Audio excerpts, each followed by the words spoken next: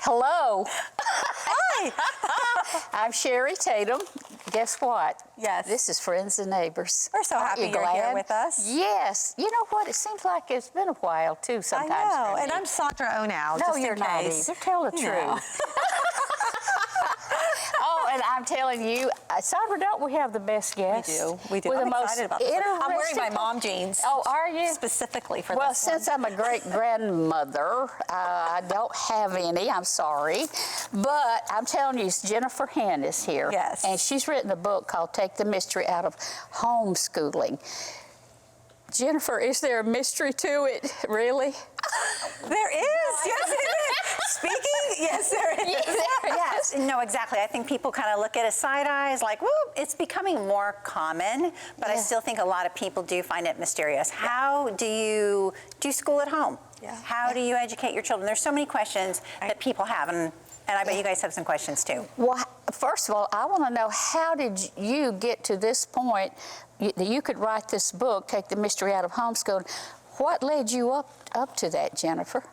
What led me to that was my school experience. So I had learning disabilities that were never diagnosed. So all throughout school, it was terrible. It was kind of, you know, if she would just apply herself more, if, you know, are you lazy? Do you not care? Those type of things. And you know what? A lot of people have my story because we didn't have the diagnosis for learning disability. I have dyslexia and other things. So, of course, it just was always hopeful that the next year would be better, the next year would be better. But as a little girl, when I played house at home, like little girls do, part of my daydream was that one day I would never send my children to school because there was a lot of tears, a lot of shame, a lot of, I just couldn't catch up. And even when I tried, I didn't have the remediation that I needed. Right. So my little heart as a little girl wanted to try this homeschooling. And then when I met some people that homeschooled, I thought, hey, this is a real thing. I had a career like I wanted to. I loved my career, but I'd always wanted to stay home with my kids. Yeah. So preschool, of course, is easy. You're teaching them all the basics. So we thought, well, we'll try. We'll try homeschooling and see where it leads us. And my children are done. I raised 3 children. I homeschooled them for 19 years. Wow. But I have stayed in the community helping others to homeschool. I love that. It reminds me of the Titus promise, right? That the older, the more seasoned, I want to say, ladies will also pour into the younger ones, because when you're first as a young parent, it does feel daunting. Homeschooling does feel daunting. And also, when you're with your children all the time. I mean, I remember when my daughter was in her pre-K years, I was like, my husband came home, I said, here, I kept her alive. I need about an hour. She's alive, you know. So when you're teaching, right, and then how do you break that school day? Instead of it becoming just the wholeness of it all. Does that make sense? Yes, I think where some people definitely trip up is that they try to recreate what they knew in their home. Right? So unless you were homeschooled, which more and more, now it's been around long enough that some are homeschooling their children like they were. But most of us, all we know is that traditional classroom. And the traditional classroom is created for, at best, a group of 20 students to move everybody through at the same time, at the same pace, and then as they get into middle school, they're going to go to they're going to start breaking up into different classes. But everything has to be structured to move children in a group at a time. Right. But at home, it's just not that way at all. And one of the things that people don't think of with homeschooling, you're doing a lot of one-on-one tutoring with your little kids. So we had a schoolroom, and I have my preschooler doing her arts and crafts, and she has all kind of activities to rotate through. We had a kitchen table over here where someone might be practicing their penmanship or doing a few math problems on their own. And then I had a couch a lot like this. And then so when I'm giving an individual math lesson or an individual reading lesson, I had my child sitting right next to me. So there's a lot of one-on-one tutoring going on. You know when they're getting it right away, and if they're not, if they understood it, if we need to go back and review it again or not. And it's a process of being close with your kids, and as they get older and more independent learners, then obviously you're going to start grading more and giving tests. But when they're young, you're teaching them to understanding so that they understand it before they move on. But Go ahead. But do you feel like that homeschooling is for everyone? Because my daughter has her daughter who has her children, and she says, Mom, I hear all the time women say, oh, school's out, I just can't stand it, I can't wait till school starts back. I'm just going crazy, I just can't wait till school starts back. So do you feel like homeschooling is for everyone? I think anyone who wants to homeschool can homeschool. Now, I never felt that way because I really enjoy doing things with my kids. Yeah, me too. I think one of the struggles is just not integrating them everything and not understanding how much kids can do. And in fact, when I was pregnant for the second time, I had an injury and I had to just sit still and not move for a couple of days. I could not believe how many things my other little one could get. In fact, he loved waiting on me all day, dragging his chair around the kitchen and doing things. But when you're baking something, you set them on the counter and they're counting out eggs. I played games with them. They learned their colors, their shapes through games that we played. I would read to them a couple of different times a day. I'd grab a stack of books and we'd sit down and read, and that's just what they grew up with. We went outside every day that it wasn't raining hard. So we had our outside time. I pushed them in the stroller, getting out, getting exercise. Little kids can fold washcloths. I think it's how do I keep my child busy all the time while I'm doing this? And like a one-room schoolhouse, the younger ones are learning from the older ones all of the time. I saw this in homeschooling, especially when my kids were in a music program. You had a large family of kids, let's say 6 kids, and the oldest had learned instruments. That trickled down to the youngest ones were so advanced, because in homeschooling, we don't do things by grade. We're not moving everybody through by grade and age. We're moving everyone through by ability. So if you have a bunch of siblings that are teaching you things, or those subjects, not when everybody is off on their own, but when you're teaching things like science and history, all together, geography, the youngest may have just a few simple assignments and they're not going to catch everything, but everybody is learning together. So you have your subjects that you're going to do the one-on-one tutoring, and then you have the subjects you're going to be learning as a whole. And then the rest of the time, you're doing what you would always do around the house, whether you're gardening or doing laundry. Even a 3-year-old can fold washcloths. But your mother, you are mothers. You're not a teacher, like standing up there, I'm Miss Hines, and I'll be your 5th grade teacher. You don't have like the structure of... Yeah, you're the mother, so how, this may not be an answerable question. How do you get around the one that says, well, in their mind, they're thinking, oh, that's mother. And then they say, oh, I don't feel good. Oh, I'm tired. Oh, I'm hungry. Oh, I'm kind of sick today. Mom, do you handle that? We get all that. And then first of all, how much structure you have really just depends on your family dynamics, right? Yeah. Children do well with structure. They don't need a whole lot of structure, but they do well with structure. And I was all about getting up and getting ready in the morning, because guess what?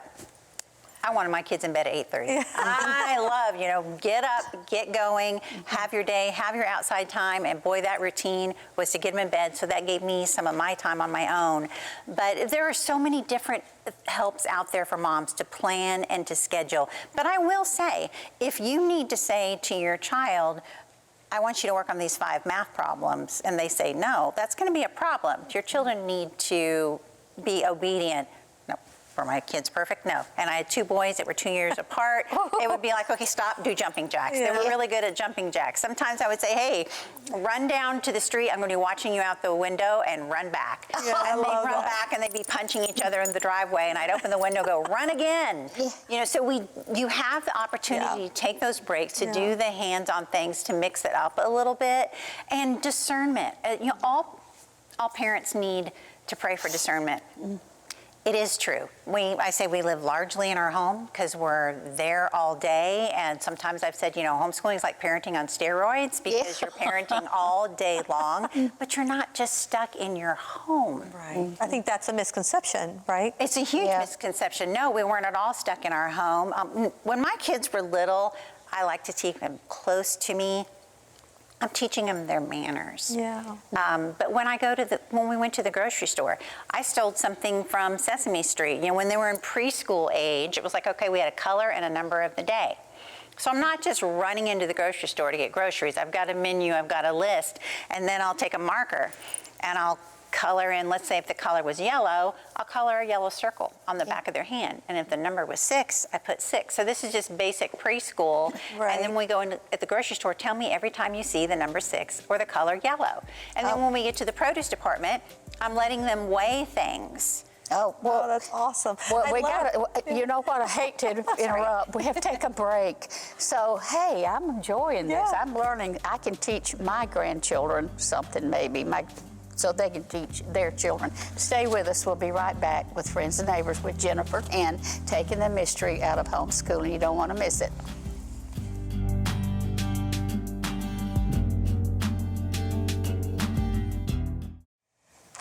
Well, welcome back, and we're with Jennifer Hen, and I was telling Jennifer during the break, I'm going to tell my granddaughter some of these tips, but tell us a little bit more about, you were in the vegetables section, and they had a yellow marker, or they could weigh things. So tell me a little bit more about that, Jennifer. Well, it's just life. It's a lifestyle. You have your kids with you, and you're teaching them things all the time. So many people are concerned about their social skills, but I don't think they ever stopped and said, okay, well, what are good social skills? Let me write this down. You know, some people have a family mission, but have you ever thought about, well, what social skills do I want my kids to know? Our kids were in Scouts. My boys were from a young age, and so they would have to sell popcorn. We role-played how to go up to someone's door, knock on the door, politely wait a few minutes before you knocked again, how to talk to people, how to shake their hand. If we had a little treat and we decided at the grocery store to go and get donuts somewhere or something, you know, they had to do their own order. They had to order at a restaurant. I had them practicing. They went with me everywhere, and they learned their manners from me. And I'm going to explain to you, or I'm going to ask you, which would you rather have? Your 6-year-old, 7-year-old learning their manners from their peers in a classroom, or learning their manners? Oh, from me.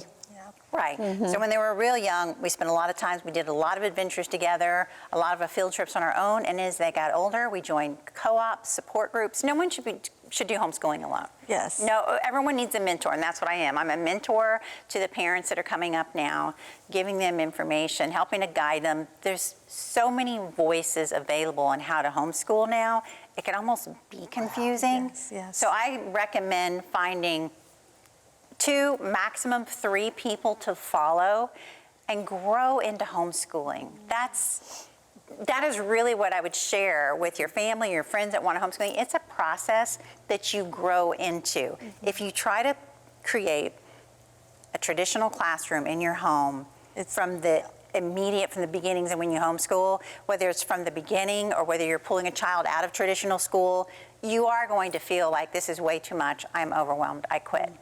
And the support as the children do get older, you know, either in middle school, for example, you know, there's just some math out there that my daughter's learning that I'm like, woo, you know, how are you equipped and how do you get right? Keep up with that. Yes. Yeah, to keep what they are learning in traditional school, how do you keep up with that at home? So then you can then To educate. teach your child. And a lot of the kids are actually in homeschooling are doing better. So one of the things is, I don't know if you've ever imagined what it would be like to go back to school as an adult. Well, and homeschooling, no, actually it's great. I'm so much more interested than I ever was as a student. Oh my gosh, I've learned so much. A lot of homeschool moms say that. I mean, we love it. We love all the materials, all the books we have, all the curriculum. So a lot of times, mom's just like, you know what? I just needed to pick up that textbook and remember what I'd learned in algebra when I was in school and go from there and then learning with it. And if you're a homeschool mom and you can teach the high school sciences and high school math, you will always have tutoring jobs. That's awesome. So we have online tutoring, online helps, online courses. great. Now you can even use AI. I can open ChatGPT and give it an algebra problem and said, explain each step to me. Explain this to me like I was a 5th grader. You can talk with ChatGPT. So the mom, you're educating yourself. You're boning up on your grammar. Or there's co-op classes. Yeah. You're putting your child in a co-op classes, but now even with something, we've had Khan Academy for years, and now we have AI to help us with our learning than to help our kids. And then there's also a trade-off thing.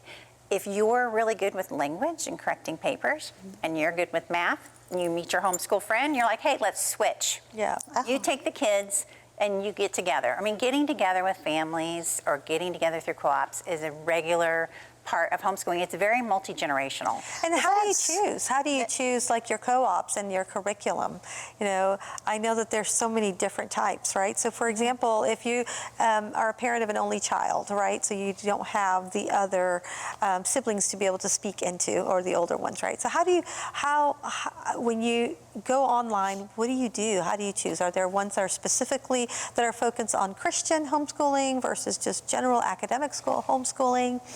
There are several things you want to look for, and there is a company that they're excellent at helping family find, because they were one of the beginners. They were a homeschool family themselves back in the day when there was hardly anything available. They sell curriculum to people around the world, but their consultants are amazing because they specialize in different parts, and there are so many curriculums. I like to talk about first, your student. So this is what you do. If you were to hire me for consulting, I would first start by asking you, a lot of people, start with public school and then decide to homeschool. So I'd find out if there have been any problems in school. I'd find out which subjects they were best in. I'd ask you some questions about the math and foundation, not math and foundation. Math and language arts are the foundation for all their learning.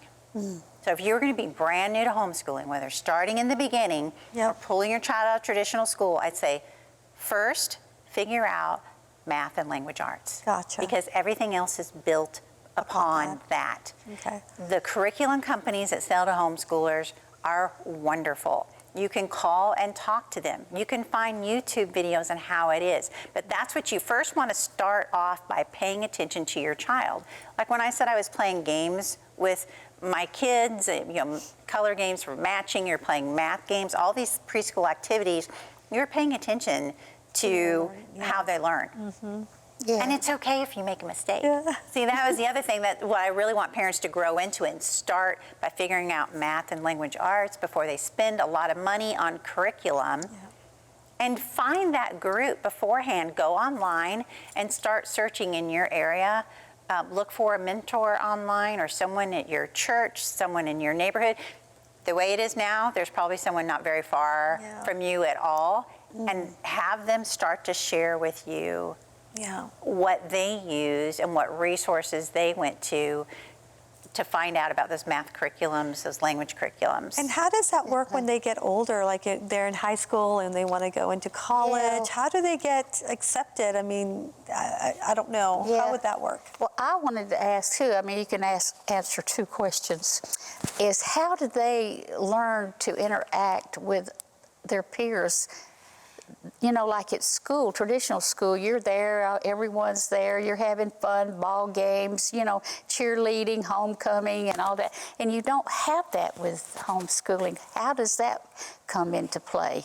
Well, in the city centers, there's, across America in the city centers, there's so much homeschooling and so many homeschooling activities going on, but that still doesn't mean that your children can't join 4-H. There's a lot of city sports activities, and homeschoolers, we really band together.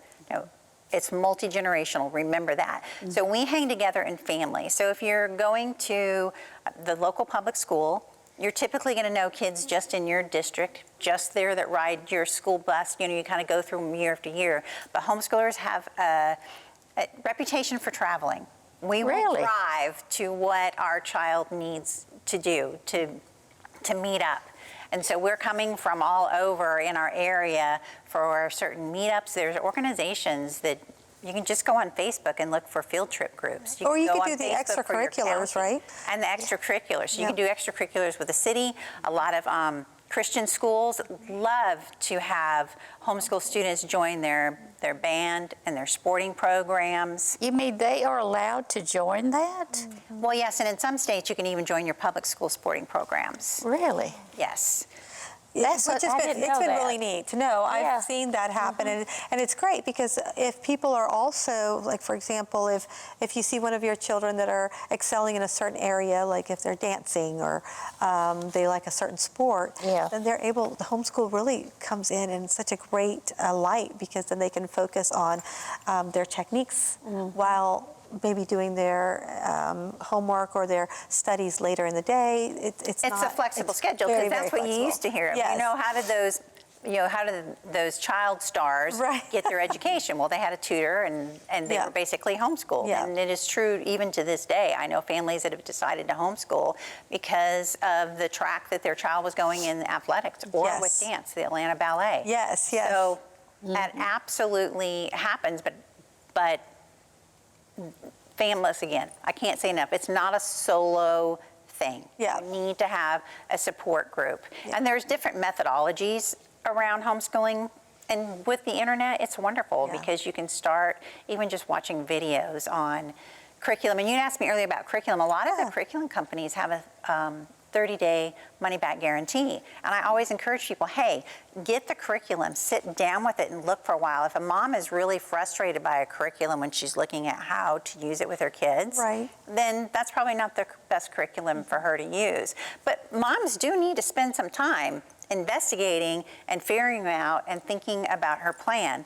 And as far as high school goes, I think if kids graduating on 3 tracks. They're going to be an entrepreneur track where they're maybe going to be doing internship, and I've already possibly started one of their own businesses in homeschools. A lot of families that homeschool have their own homeschool businesses, and the kids learn a lot from that. Or are they going to go into trade school? What kind of trade are they going to learn? So they'll be ready for that, and then going on to college. And it really just depends on the college, just as if your student was in high school. There are accredited programs for homeschoolers, and there's accreditation available for homeschoolers. And there are companies that do that. If you are a homeschool mom and you're like, okay, my daughter to have an accredited high school diploma, you would work with one of the accrediting agencies and they would have that. But many colleges will take homeschoolers without that. I love that. I love like there's a lot of support out there. You know, and there's a lot of than I thought. Yes, a lot of misconception. I know. I know you're really excited. You're like, I want Savannah to know this. So what's really exciting is that track, the different tracks. As I start continuing to just we reassess education every year, right? But and a lot of people do that. But success, how do you define your success of your student? And a lot of the times the success of the student is the whole mind, body, and spirit of the student. Somebody can be academically astute, but like you said, not have the social skills needed to be able to survive in. Well, what I like is because I experienced that too. I had a learning disability, and it was never recognized. It was just like, well, you need to do this, you can do that. Well, I couldn't do that, but you can address that in homeschooling. You, as a mother, I think would recognize that more than just a traditional teacher. Don't you? Well, if you have a lot of students in your classroom, it's harder. It's harder, Oh, we're about to take another break. Well, no, I have to thank you, Jennifer, for being here before this break. Thank you. That's right. And all the variable plethora of information you gave us is astounding. I really learned a lot myself, but thank you for coming on our show, Jennifer Hen. Look out. Take the mystery out of homeschooling. And look her up and get a lot of guidance on it. Can they reach you somehow? JenniferHen.com. Okay, remember that. We're going to take a short break, and we will be back. Sandra and I will be back in just a moment. That is so interesting.